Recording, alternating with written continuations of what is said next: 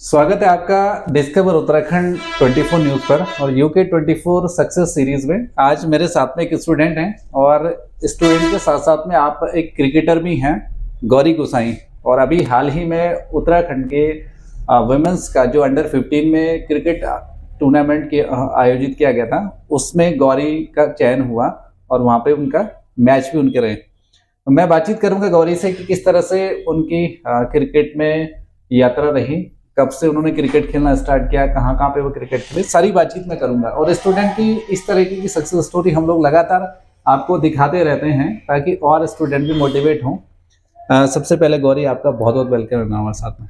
Thank you sir. सबसे पहले तो आपको बहुत बहुत बधाई कि क्रिकेट में आपने वुमेन्स के जो अंडर 15 का जो टूर्नामेंट हुआ था, स्टेट की टीम के लिए आपका सिलेक्शन हुआ। अब मुझे अपना थोड़ा सा बताओ कि आप कहाँ पे पढ़ाई करते हैं, किस क्लास में हैं और कैसे कैसे क्रिकेट खेलना आपने स्टार्ट किया। मैं बलूनी में हूँ, बलूनी पब्लिक स्कूल कोटद्वार में, और मैं 8th क्लास में पढ़ती हूँ। और मैंने 5th क्लास से क्रिकेट खेलना स्टार्ट करा था सनराइज क्रिकेट एकेडमी में। अच्छा, तो 5th क्लास में जब आप थी तब से आपने क्रिकेट, तो कैसे आया दिमाग में कि क्रिकेट खेलना चाहिए मुझे? मतलब बहुत सारी जो गर्ल्स होती है और अदर्स स्पोर्ट्स में जाती हैं, या स्पोर्ट्स में बहुत ज़्यादा इंटरेस्ट रखती नहीं है, तो आप 5th क्लास से कैसे आया कि मुझे क्रिकेट ही खेलना है? पहले से इंटरेस्ट था स्पोर्ट्स में और फिर क्रिकेट में ज़्यादा था, क्योंकि हम जैसे पहले अपने घर के बाहर भी खेलते थे तो क्रिकेट ही खेलते थे, तो उस चीज़ का शौक था। और ऐसे मैच वैच देखना टीवी में, तो उस चीज़ का ज़्यादा शौक था। तब पापा ने बोला कि एक तेरे को अकेडमी ज्वाइन करवाते हैं। तो भैया की अकेडमी हमारे घर से पास ही है, सनराइज क्रिकेट अकेडमी दूध की डेयरी में, तो पापा ने वहाँ पे डलवाया। अच्छा, तो कितने टाइम आपने प्रैक्टिस किया और किस तरह से सिलेक्शन रहा? थोड़ा सा वो प्रोसीजर भी आप बताओ कि जब आपका सिलेक्शन हुआ स्टेट की टीम के लिए, तो कैसे कैसे जो वो सिलेक्शन का जो प्रोसीजर था। अभी तो मेरे को 2.5 साल हो चुके हैं खेलते खेलते। और पहले मैं नॉर्मल मीडियम पेसर थी, फिर मैं स्पिनर बनी, राइट आर्म और ब्रेक स्पिनर। देन पिछले साल भी गई थी मैं फिर ट्रायल्स देने, बट उस टाइम मेरी एज छोटी थी थोड़ी 15 से, तो इस साल गई। फिर वहाँ पे पहले हमारे ट्रायल्स होते हैं, तो वहाँ पे पूरी स्टेट की लड़कियां आती हैं, तब उनमें से कुछ सिलेक्ट होती हैं बोन टेस्ट के लिए।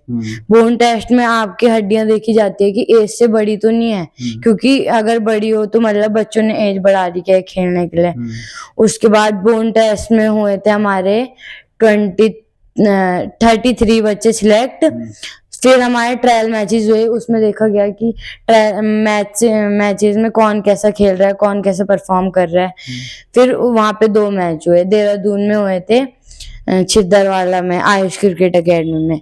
फिर वहाँ 2 मैच हुए, फिर उनमें से भी 23 बच्चे सिलेक्ट हुए कैंप के लिए।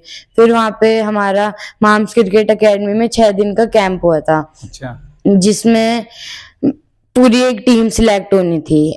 तो वहाँ पे हमारे 18 बच्चे सिलेक्ट हुए।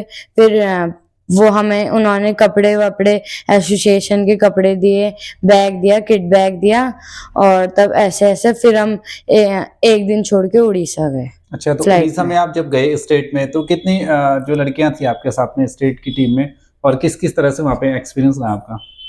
एक्सपीरियंस बहुत बढ़िया था, सीखने को मिला है बहुत कुछ। कि जैसा यहाँ सोचते हैं कि लड़कियां तो ऐसी क्रिकेट में अगर खेल लिया तो आगे चल जाएंगी, बट ऐसा कुछ नहीं है। बाहर बच्चे ऐसा क्रिकेट खेल रहे हैं कि बहुत हाई लेवल की चीज है वो, तो अच्छे से मेहनत करनी पड़ेगी और आगे जाने के लिए। अच्छा, तो कोटद्वार में आपने अब बात की, स्कूल की बात की कि आप बलूनी स्कूल्स में आप पढ़ाई करते हैं, और स्कूल में क्या स्कूल की तरफ से सपोर्ट मिलता रहता है कि हाँ आप स्पोर्ट्स में जा रहे हैं, जैसे छुट्टी का होता है, या इस तरीके का सपोर्ट मिलता है स्कूल की तरफ से? हाँ सर, इस तरह का, क्योंकि हमारी स्कूल में भी एक एकेडमी है, तो इस स्कूल से भी सपोर्ट था। बट मैं स्कूल की एकेडमी इसलिए नहीं गई क्योंकि वो पहले नहीं थी। जब मैं पहले भैया की एकेडमी के बाद खुली स्कूल की एकेडमी, तो पहले से मैं सनराइज की एकेडमी में हूँ। तो सनराइज एकेडमी की अगर बात करें कोटद्वार में, क्योंकि कोटद्वार में बहुत लोगों को पता नहीं होता कि एकेडमी कहाँ पे है, कहाँ पे वो जाएं, तो थोड़ा सा एड्रेस आपको मालूम है उसका कि कहाँ पे है? ये है दूध की डेयरी में, थोड़ा आप देवी मंदिर से ऊपर के आओगे दूध की डेयरी में, तो उससे थोड़ा ऊपर बिलाडाट वाली रोड में जो आती है। अच्छा, फ्लैट के अपोजिट। तो जैसे मुझे बताओ, स्कूल का तो ये बताया आपने, जैसे आप पढ़ाई करते हैं तो मैक्सिमम जो पेरेंट्स होते हैं वो कहते हैं कि जी पढ़ाई पढ़ाई पढ़ाई करो आप। पढ़ाई के साथ साथ में आपने स्पोर्ट्स को चुना और स्पोर्ट्स में आपने क्रिकेट को चुना। तो पेरेंट्स की अगर बात करें तो उनका सपोर्ट पूरी तरह से मिला आपको? पेरेंट्स का भी अच्छा सपोर्ट है। वो कहते हैं कि पढ़ाई के टाइम पे पढ़ाई करो और गेम के टाइम पे में ध्यान दो। तो हर चीज में मतलब अलग अलग चीज का अलग अलग वो रखना है। तो अभी किस क्लास में पढ़ाई कर रहे हैं आप? 8th। 8th में आप। थोड़ा सा पेरेंट्स के बारे में भी हम लोग जानना चाहेंगे, क्योंकि मम्मी क्या करती हैं, पापा जी क्या करते हैं, उनके नाम क्या है वो भी आप बताएं। मेरे पापा का नाम माधव सिंह गुसाई है, वो गवर्नमेंट टीचर है सतपुली में, और मम्मी मेरी हाउसवाइफ है। अच्छा, तो ज्यादा सपोर्ट किसकी तरफ से रहता है, मम्मी की तरफ से या पापा की तरफ से? दोनों की तरफ से रहता है, दोनों की तरफ। बट जब से वहाँ खेला है तब तो और ज्यादा है, क्योंकि होता ही है कि अब आगे निकल गया तो क्या पता और आगे निकल जाए, तो और सपोर्ट कर रहे हैं। अच्छा, अभी आप 8th में हैं और अंडर 15 में आपका सिलेक्शन हुआ। मुझे अब बताओ कि अब क्रिकेट की एक लाइन आपको मिल गई है, तो आपको क्या लगता है कि अब इसी में फ्यूचर को आगे बढ़ाना है?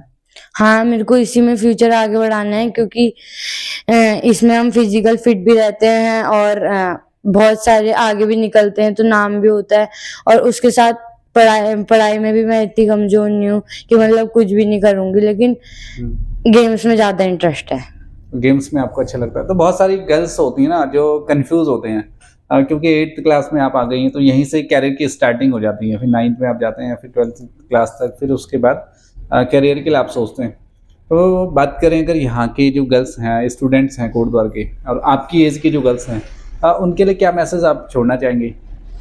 हाँ, जो मेरी एज की गर्ल्स हैं वो तो झिझकती हैं कि क्या गेम्स क्या खेलना, पढ़ाई है सब कुछ, ऐसे वैसे बस पढ़ना लिखना। उनके पेरेंट्स भी यही कहते हैं, बट केवल पढ़ाई सब कुछ नहीं होती। गेम्स भी हमारी बॉडी को फिजिकल फिट करने में मदद करता है, और हर चीज में तुम डिसिप्लिन उसमें सीख सकते हो। हर चीज, पढ़ाई भी उसके साथ चलानी पड़ती है, ताकि पेरेंट्स को भी वो ना लगे कि बच्चा पढ़ नहीं रहा, केवल खेल खेल रहा है ऐसे।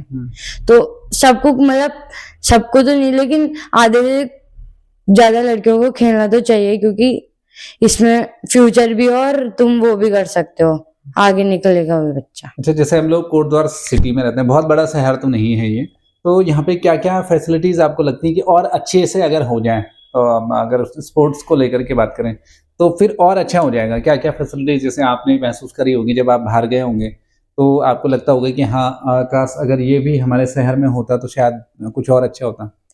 कोटद्वार में एक अच्छा ग्राउंड नहीं है खेलने के लिए, और ग्राउंड अच्छी नहीं है तो इससे हमारी चोट लगेगी, इंजरी होगी, और फिर हम खेलना बंद कर देंगे। तो सबसे पहली चीज हमें ग्राउंड चाहिए, उसके बाद और कुछ नहीं, नेचर चाहिए लोगों का, कि ऐसे फालतू चीजें की लड़की खेल रही तो ऐसे वैसे, वो तो सब कुछ सही है। जैसे मेरे साथ तो सब कुछ सही होता है, बस।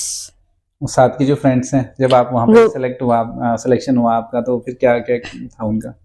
उन्होंने भी बहुत साथ दिया। जैसे मेरा काम कंप्लीट नहीं था वहां से आकर, तो उन्होंने भी हेल्प करवाई मेरा काम करवाने की, कि तूने इतना बड़ा काम करा है, हम तेरी मदद करते हैं। अच्छा, समझते हैं गर्ल्स, हाँ। मतलब जो स्टूडेंट इस उम्र में समझ पाते हैं कि हाँ तुमने अच्छा किया है स्टेट के लिए, तो आपको मदद करनी है। हाँ। अच्छा, चलिए, और आपको आगे के लिए भी शुभकामनाएं बहुत बहुत, कि आप क्रिकेट में बहुत आगे जाएं, और आपके पेरेंट्स को भी बहुत बहुत शुभकामनाएं, आपको स्कूल को भी, और आपकी एकेडमी को, जिस एकेडमी ने आपको तैयार किया, बहुत बहुत बधाई आपको। Thank you sir. तो इस तरह से ये मेरे साथ में गौरी गोसाई थी, और जिस तरह से कोटद्वार में ग्राउंड की कमी उन्होंने बताई, और ये मूलभूत समस्याएं अगर सॉर्ट आउट हो जाएं तो बच्चे स्पोर्ट्स में अच्छा करेंगे, और स्पोर्ट्स में अच्छा करेंगे तो जिस तरह से भारत सरकार भी खेलो इंडिया के तहत, फिट इंडिया के तहत चाहती हैं कि बच्चे फिट रहें, फिजिकली फिट भी रहें और मेंटली फिट भी रहें, और उसके लिए सबसे बड़ा जो तरीका है वो स्पोर्ट्स ही है। मैं बधाई दूंगा, और मिलवाते रहेंगे ऐसे ही सक्सेसफुल स्टूडेंट के साथ में। तब तक के लिए जुड़े रहे हमारी इस UK24 सक्सेस सीरीज के साथ।